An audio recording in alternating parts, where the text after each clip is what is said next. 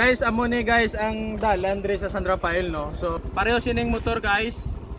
Budlayan gid sa makasaka.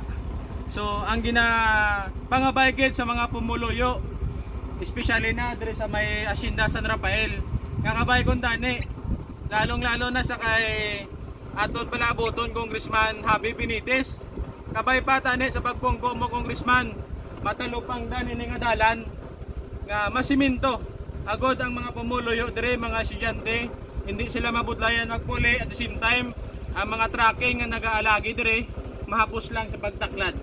Lalo na sa mga motor, kabudlay lalo na kung magulan, Congressman, portigi kabudlay ang ini nga dalan. So kabay kun tani, matalupang dan kag matagaan sing budget ini nga dalan dire pumuluyo mahapos lang gid sa pag-agi